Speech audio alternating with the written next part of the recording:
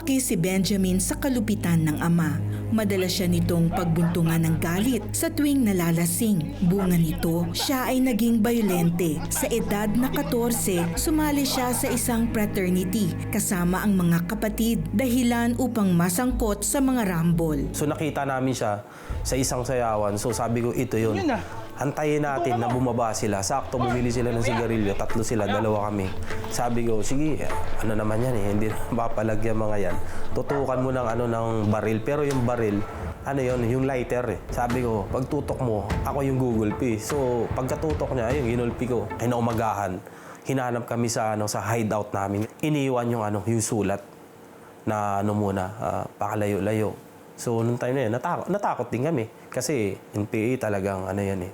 Pwedeng dalhin ka muna, disiplinahin. Dahil sa mga barkada ko, kaya doon ako talaga na sangkot. Na parang sa akin, nag-i-enjoy ako pagka nangyayari yung mga bagay na yun. Ang pagbabantang yon ang nag-udyok kay Benjamin na lisanin ang Masbate at magtungo sa Maynila. Nanirahan siya sa kanyang pinsan. Subalit sa halip na tumuwid ang buhay, lalo lamang siyang lumala. Napunta ako ng Pasay, 1 year ako na pariwara. Kasi hindi na ako nagpag-aral noon eh. Lalong naging magulo yung buhay ko kasi nabarkada ko, puro mga basag ulo at saka mga adik. Hanggang sa dumating sa point sa napapasama sa panghi-snatch. Di naglaon, nagkaroon si Benjamin ng oportunidad na makapagtrabaho bilang instructor sa isang gym. Dito niya nakilala si Lulu. Nahulog ang loob ni Benjamin sa kanya. Nagbunga ang kanilang pag-iibigan ng anak na babae. Inakala ni Benjamin na ang kanilang pagsasama sa iisang bubong ang tutuwid sa kanyang balikong landas. Hindi ito nangyari. June 12, 2005 kami nagpakasal. Hindi pa talaga nasa focus ko na mag-asawa. Wala pa sa focus ko na magkaroon ng pamilya. Siguro mga 21 years old ako noon eh, nung sama. Puro talaga kamunduhan pa ako noon eh. Ang focus ko pa rin is makamundo eh. Tapos kung sinong babae, kahit nagsasama kami, meron akong babae. Ang kanyang pagbubuhay binata ang nagtulak sa kanya upang tuluyang iwan ang kanyang pamilya at sumama sa iba. Pinapili ko siya. Pinili niya yun. Masakit para sa akin talaga. Lalong-lalo na ako naawa para sa anak ko. Pero wala akong magagawa. I just pray for it. So nakita ko nag-iiyakan yung mga anak ko, pati siya. So tinigasan ko talaga yung puso ko. Hindi, dito talaga ako. Wasak talaga buhay namin nun. Basta ang lagi kong sinasabi sa kanya nun, andyan naman yung ATM ko, andyan naman sa sahod eh. Huwag mo na akong guguluhin. Huwag ka nang tatawag sa akin kasi hindi na kita mahalin. Ayoko na sa'yo. Ayoko na makipagbalikan. Lahat ng masasakit na salita, sinasabi ko sa kanya. Subalit, mas naging magulo ang naging buhay niya sa kanyang kabit. Dagdag pa dito ang paulit-ulit na miscarriage. Dumating sa point na medyo na-obsess talaga. Halos lahat, inaano niya na, laging away, tapos gusto magpakamatay. Magulo na yung isip ko, nandoon na yung inatake na ako ng depression, atake na ako ng anxiety. Sabi ko nga, wakasan ko na lang kayang buhay ko. Nung time na yun, na nangyayari na yung gulo na hindi, wala na yung enjoyment doon sa pagsasama namin. Walang direksyon at kapayapaan. Naisipan ni Benjamin na bumalik na lamang sa kanyang tunay na pamilya. Sabi ko, Lord, balik mo ako sa family ko. Pag binalik mo ako sa family ko, magsiserve ako sa'yo. Sa panahong namumuhay sa kadiliman si Benjamin, iginugugol naman ng kanyang misis na si Lulu ang panahon sa panalangin upang siya ay magbalik loob sa kanila. Kasama kayo mga anak. Nakalika. Pag-pray natin yung daddy mo. Sabi kong pag-pray nyo, malinawan ang isip ng daddy nyo. Yun yung pati kong pinupusan. Kahit anong gawin ng daddy nyo, huwag kayo magagalit. Bumalik man yung daddy nila o hindi, wala silang galit. Sa kabila ng 15 taong panluloko ni Benjamin sa asawa, hindi niya ito sinukuan. Muli siyang tinanggap ng kanyang pamilya. Grabe yung ginawa ko. Pero nandyan pa rin siya. Still na tinanggap niya ako as tatay ng mga anak ko, asawa niya. Mga anak ko, hindi man lang sumama yung loob nila sa akin. Nandun, nag-iyakan sila. So nakita ko kung gaano nila na-miss na magkaroon ng isang tatay. Isang gabi, nasumpungan ni Benjamin ang The 700 Club Asia. Puno ng pagpapasalamat dahil sa muling pagtanggap ng misis sa kanya, isinuko ni Benjamin ang kanyang buhay sa Panginoon. Dahil na rin sa kabutihang ipinakita ng kanyang asawa, mas nagsumikap si Benjamin na kilalanin ang Panginoon. Wala akong ibang ginagawa kundi nagbabasa ng Bible na hindi ko pinapakita sa kanila kasi nahiya ako eh. Nagtatago ako nung nagbabasa ako. Nung pandemic, doon ko talaga inano din na kung ano yung pinangako ko sa Diyos, na ginawa ko talaga siya. Nakasabi ko, magsiserve ako sa iyo, magpapagamit ako sa iyo. Nung pandemic, kahit wala kami, nandoon yung moment na, na stress, depressed, kasi wala eh. Pero umiyak ako, hindi ko pinapakita sa kanila, Lord, ngayon pa ba ako hindi magtitiwala sa iyo? Binalik mo nga ako sa family ko. Upang makabawi sa mga pagkukulang na nagawa sa pamilya, sinikap ni Benjamin na maging responsableng ama. Naglakas loob siyang magsimula ng negosyo na agad din namang nasubok dahil sa pandemya. Nire-remind sa akin, sige bumalik ka sa family mo, ibibigay ko sa iyo yung gusto mong hardware. Yan lagi, nagkaroon ng lockdown. So as in wala talaga kami. Sobrang down, walang budget. Sinanla ko yung motor ko. Yun yung time. Sabi ko ang galing lang ng Diyos kasi pinakita niya na sa akin eh. Kumbaga, ito ka na eh, hindi na ikaw dati yung ganun eh. Kasi napakataas ang pride ko, pero nung nakilala ko siya, lahat ng ginagawa ko, pinagkakatiwala ko na sa kanya. Labis na pinagpala ng Panginoon ang kanilang negosyo. Ngayon ay mayroon na silang 2 hardware stores at nagkaroon ng iba't ibang ari-arian. Ang pagpapakumbaba ni Benjamin sa Diyos ang susi upang muling maisaayos ang kanilang buhay pamilya. Patuloy ding nagpapagamit si Benjamin sa kanilang simbahan kasama ng kanyang pamilya. Naayos din ang relasyon ni Benjamin sa kanyang ama. Proverbs 16:3 na talagang pagkatiwala natin kay Yahweh, lahat ng meron tayo. Hindi na mahalaga sa akin, yung pera, yung business. Kumbaga, ang unang-una talaga, si God, tsaka yung family. Nothing talaga is too hard for the Lord to do, no? Kahit anong bigat niyang nasa puso natin, Alex, no? We can really release it to God and He can give us a new heart. Kaya, nung dumating si Benjamin, niyakap na siya ng mga anak niya. Grabe. Well, para naman kay Benjamin at sa lahat ng mga nanonood sa atin na maaaring nakaka-relate, you cannot just walk out on a marriage and expect that you will have a good life. Yes. Kasi pumasok ka sa covenant sumumpa ka sa harap ng Diyos kasama nung asawa mo, mamahalin mo siya habang buhay. It's a covenant with God. Kaya nga akala mo tama ka, akala mo mali talaga yung asawa mo. Hindi yun kundi iisa na kayo. Pero ang nakita ko rin kay Benjamin,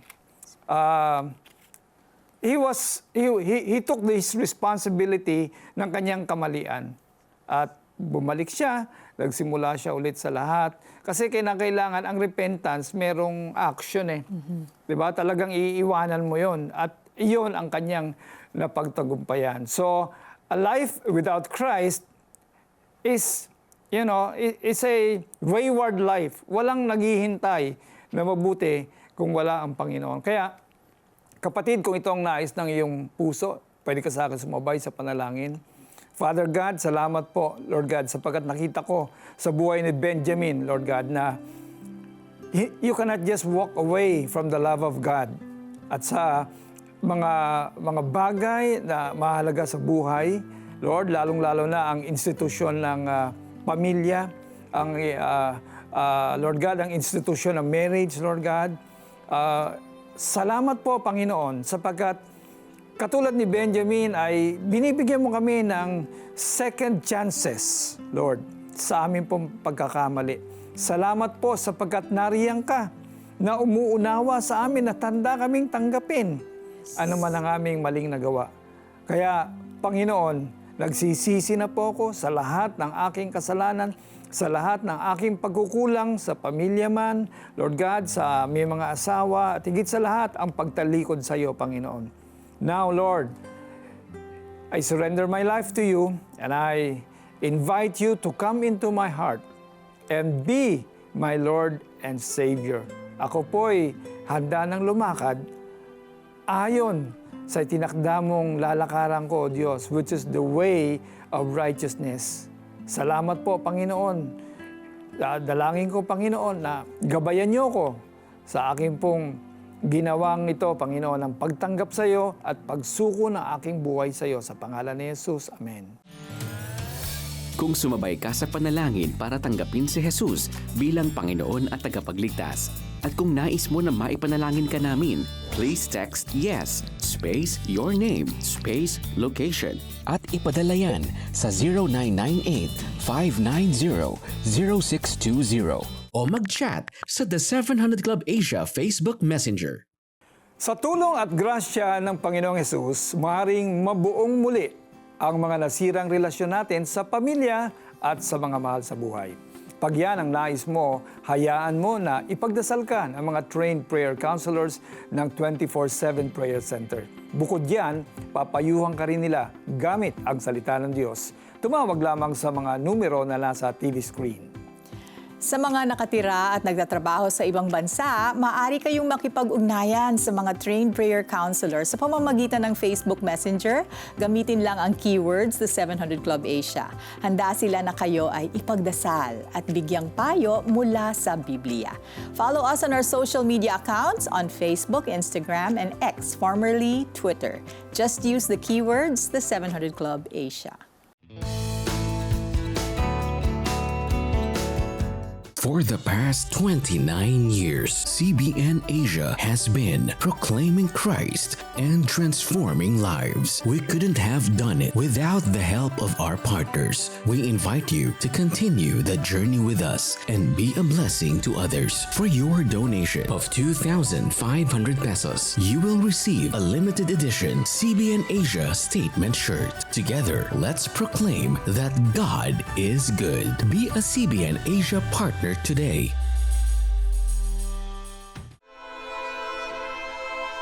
Ako si Yahweh na inyong Diyos at siyang nagpapalakas sa inyo. Mahina ka man at maliit, huwag kang matakot. Ako ang Diyos ng Israel ang magliligtas sa iyo. Salamat Yahweh at iniligtas mo ang Israel sa pagkaalipin sa Ehipto, sa Nazi Holocaust ni Hitler, sa 1948 War, Six-Day War ng 1967 at Yom Kippur War ng 1973. Save Israel again, O Lord, dahil hindi ka nagbabago. You are the God that stands with Israel yesterday, today, and forever. Amen.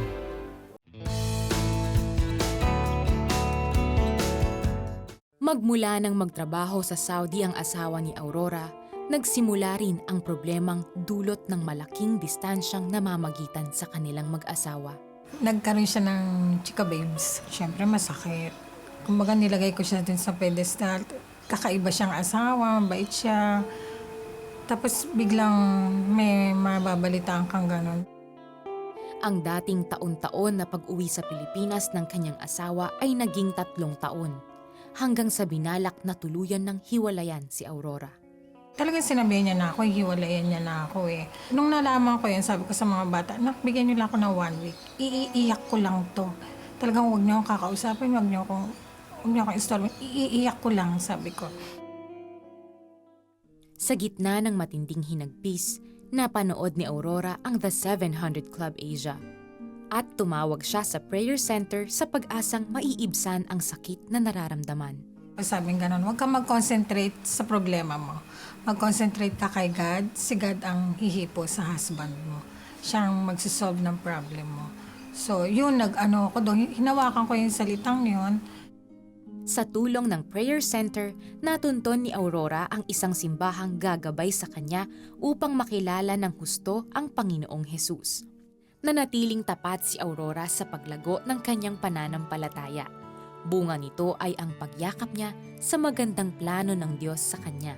Basta sinurrender ko na kay God. Ikaw ang hahawakan ko. Ikaw na ang bahala. Sabi ko, tatagan mo lang ako kasi may mga anak ako. Sa kalagitnaan ng kanyang pagdadalamhati, laking sorpresa niya nang minsang may kumatok sa kanilang tahanan. Umuwi siya. Pag uwi niya, nag-usap naman kami. importante sa lahat yung pamilya, buo siya, para lahat hindi maapektuhan kung ano man mga ginagawa nila sa buhay, lalo na sa mga batang nag-aaral. Nagbago ang kanilang relasyon. Dahil sa kapatawarang ibinuhos ng Diyos kay Aurora, madali niyang napatawad ang asawa. Bawat tao, magkamali man, deserves a second chance. Forgiveness. Kontento na ako. Yung nga magkakasama kami. Ito, abang buhay na kami magkakasama. Naging sentro ng pamilya ng mag-asawa ang Panginoong Hesus. Nagbigay daan ito upang sila ay pagpalain ng isang mushroom business. Ang bahagi ng kanilang kita ay inilalaan ni Aurora sa gawain ng CBN Asia. Patunay lamang na walang anuman o sinuman ang makahadlang sa magandang plano ng Diyos sa ating buhay. Pinangahawakan ko na verse sa ngayon is yung, if you believe, you will receive whatever you ask for in prayer. Salamat sa mga Aurora. Totoo. Totoo yan. Kasi kailangan isa dun sa marriage, manindigan Di ba? Kung pareho silang bumitaw, Yes. wala namang mangyayari. Oo. At saka nakita ko rin sa buhay ni Aurora, Alex, na talagang only God can satisfy us. You know, she was looking for satisfaction in her spouse, 'di ba? And she was so disappointed and brokenhearted. Pero nung tumingin siya kay Lord, 'di ba? Napuno ni Lord kung ano man yung puwang sa puso niya. Yung long and short of it all para sa akin, walang buhay na talagang puro maganda. So, meron talagang darating na pagsubok. At yan ay dapat talagang paghandaan kasi ang importante doon sa test na yon, yung response mo. Correct. At wag kayong, bakit nangyari ito? Talaga hong ganyan ang buhay. Yes. Kasi para magtagumpay ka, kailangan merong pagsubok. Sinasabi naman yan sa Bible, rejoice for every trial that come. Yes. Because they are designed to strengthen your faith. Kasi kailangan mag-qualify ka para doon sa blessing. Kumbaga, God uses those things to work in our lives, you know, to mold us and to make us closer to Him. I'm sure there are those watching us right now, Alex, no, na may mga pinagdadaanan kayo at kailangan yung magtiwala sa Panginoon na He has a plan. You know, He has a plan. Let's come to Him in prayer. Let's release to Him what we are experiencing right now. Panginoon, maraming salamat. Maraming salamat at temporary lang ang aming mga problema. Meron kang dahilan, Lord. Kaya namin pinagdadaanan ito. Heavenly Father, may mga nanonood sa atin ngayon na hindi pa ayos ang kanilang relasyon sa kanilang mga asawa.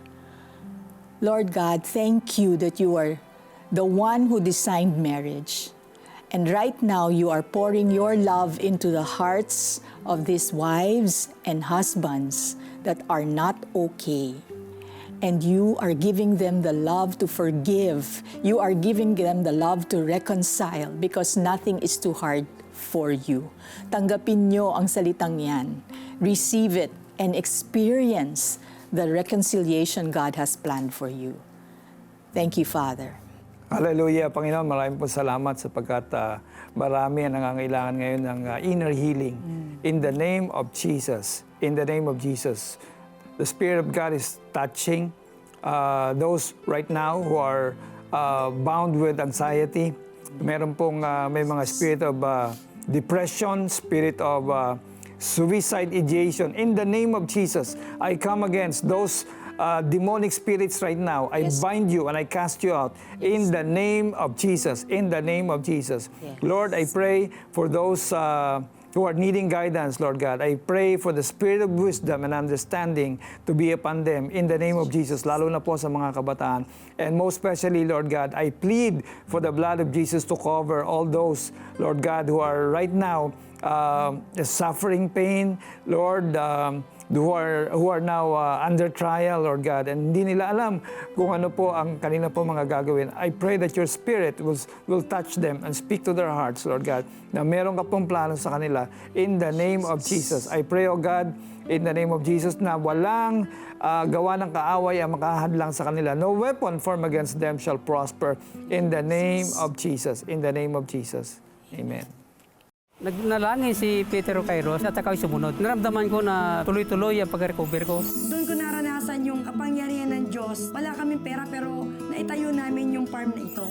Nag-restore sa akin, finances, trabaho, lahat po yan galing sa Panginoon.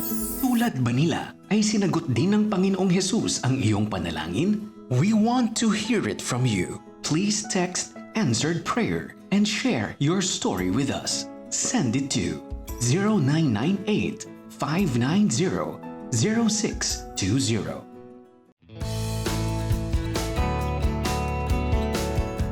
Health problems, financial difficulties, broken relationships can leave us overwhelmed, discouraged, and defeated.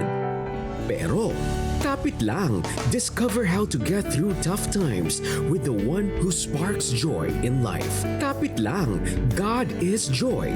November 13 to 24, 12 midnight, live on GMA and at the 700 Club Asia, YouTube and Facebook. Partners of CBN Asia, lend a helping hand to the helpless, bring hope to the hopeless. You too can transform countless lives with your donation of 1,000 pesos. Plus, you will receive exclusive streaming access to Facing Your Giants of Kata Inocencio. I found inspiration in the example of David, who faced the giant Goliath with just 5 small pebbles, but with great faith in a great God. Become a CBN Asia partner today.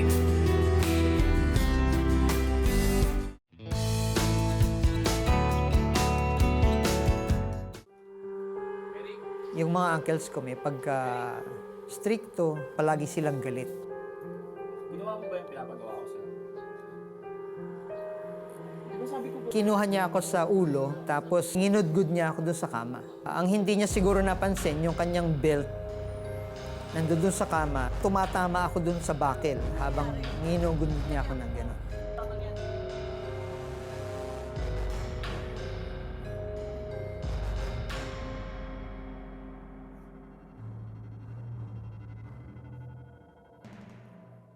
Sa iisang bahay naninirahan, ang pamilya ni Eric at kamag-anak. Siya ay naging biktima ng pangmamaltrato ng kanyang mga tiyuhin. Pagmulat ng mata ko at wala na din yung mga magulang ko, hindi na masaya yung magiging araw ko. Parang ayoko nang lumabas doon sa kwarto. Madalas tampulan ng iba't ibang panunukso at pinagkakatuwaan ang batang si Eric. Maririnig ko yung boses nila. Matatakot na ako. So pag bumatok na, wala na ako magawa. Yung confidence ko as a child was really very, very low. Wala akong mahingahan. So sa isang bata, very traumatic yung... Sa paglipas ng panahon, kumambyo si Eric mula sa pagiging isang maamong tupa hanggang sa pagiging isang siga at palaban, lalo na sa paaralan. Yung perception ko na, alam ko mali ito pero dahil may natutuwa at masarap pala yung feeling na mayroong mga taong natutuwa sa'yo. Mayroong mga taong wini-welcome ka. So I started to do foolish things.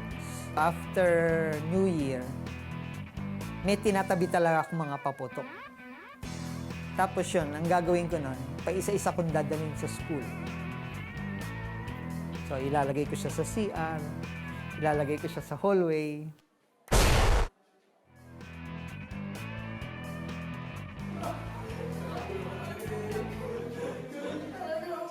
Sa akin, wala rin akong pakialam kung manalo ako, matalo ako. Basta wag mo akong kakayanin. Tuwan-tuwa rin ako pag meron akong fight na nanalo ako.